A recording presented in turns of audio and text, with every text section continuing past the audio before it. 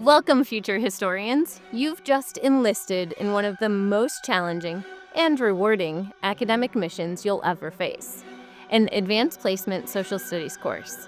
Whether it's world, European, U.S. history, or government economics, human geography, the goal is the same: conquer that exam in May. But how do you conquer a 9-month-long campaign packed with dense readings, complex ideas, and high-stakes essays? You don't just wing it, you create a battle plan. The most important thing you can do this year is have a plan. Can you imagine the Allies invading Europe in 1944 without a plan? Yeah, see that heavily fortified continent over there? Let's just go take it and hope for the best. Of course not. They spent months planning D-Day, mapping out every beach, tide, German bunker to give themselves the best chance of success. And just like General Eisenhower, you need a plan to take down your enemy, the AP exams. Taking an AP class is slightly less intense than invading Normandy, but the principle is the same. Without a plan, you'll feel overwhelmed by readings, dates, document-based questions, and graphs. With a plan, you know exactly where you're going, and what you're reviewing, and how you'll conquer each topic. So where do you get your map? Right here, our AP Exam Study Planner is your roadmap. It's easy to use, convenient, and customizable. Stay 10 steps ahead of the enemy with checkpoints and focus areas that guide you through the AP exam content and concepts that matter most. Plus, get a clear plan that outlines what to study each day, week, and month. But even the best generals don't plan a war alone. Think about how countries prepare for war. Do they rely on one person sitting alone in a tent? No, they build a war cabinet, a team of top advisors, strategists, and commanders who bring different strengths to the table. For you, that war cabinet is your study group. Studying in a group is your AP secret weapon. Why? First, you combine different strengths. One person is a genius at memorizing key terms. Another can break down political cartoons in a flash. And another is great at explaining big picture concepts and graphs. Together, you're unstoppable. Second, you develop better strategies. You can quiz each other, share resources, and develop new ways to understand the material you wouldn't have thought of alone.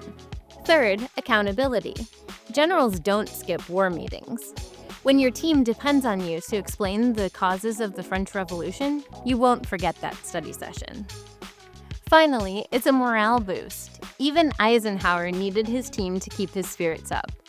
An AP course is a marathon, and your friends will be there to pick you up when you're struggling with drawing an aggregate model or understanding the intricacies of the Manchu dynasty. Okay, General, you have your master strategy. Now, let's talk tactics. These are the 5 core operational commands, or tips, you'll use daily to secure a victorious 5 on your exam. Tip number 1. Think like a historian, not a memorizer. Your mission is not to become a human flashcard. AP History isn't about memorizing a million names and dates. It's about thinking historically. That means understanding the big picture. Always ask yourself questions such as, why did this happen? What were the long-term causes and immediate triggers?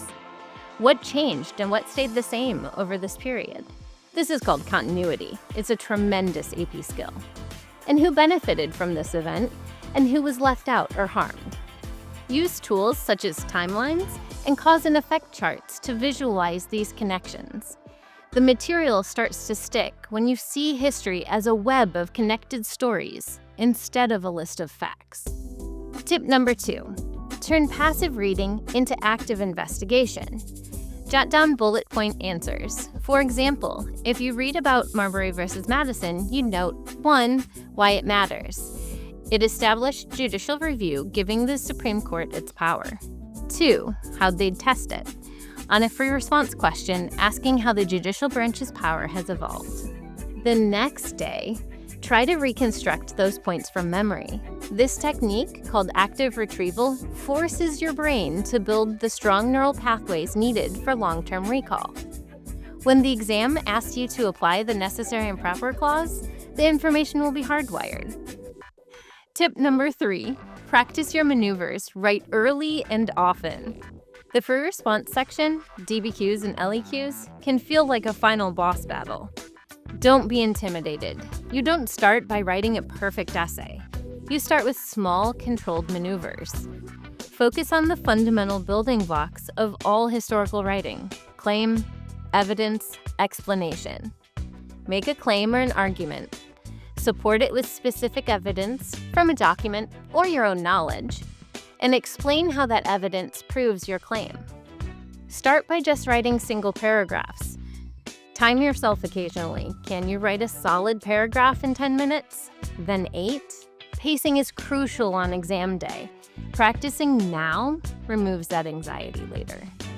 Tip number 4, fortify your mindset. You will not find everything about your course exciting. Topics such as bureaucratic discretionary authority or monetary policy can be about as engaging as a migraine for many of us. Your goal isn't just to survive this course, but to thrive, and that requires a growth mindset. You have to be determined to succeed despite the speed bumps. Expect that some topics will be hard. Expect that you'll have setbacks. When they happen, you won't be surprised. Instead, you'll execute your contingency plan, scheduling extra study time or a tutoring session with your teacher. A strong mind is your best armor. Tip number 5, call for reinforcements. No soldier wins a war alone, and you shouldn't try to win this one alone either. Your teacher is your commanding officer. Their job is to help you succeed. Go to them with questions, ask for help early and often. And use your allied forces. We live in a golden age of online learning. Channels like Heimler's History are legendary for a reason, and platforms such as UWorld provide amazing practice questions that mimic the real exam. Remember, asking for help is a sign of strength, not weakness. Confidence grows with support. AP classes are not about being perfect. They're about learning how to think critically, how to organize your ideas, and how to challenge yourself. You've already taken the bravest step by enrolling, so keep showing up, stay curious, trust that you're capable of more than you realize. You have your battle plan, you have your study team. Now go out there and make history.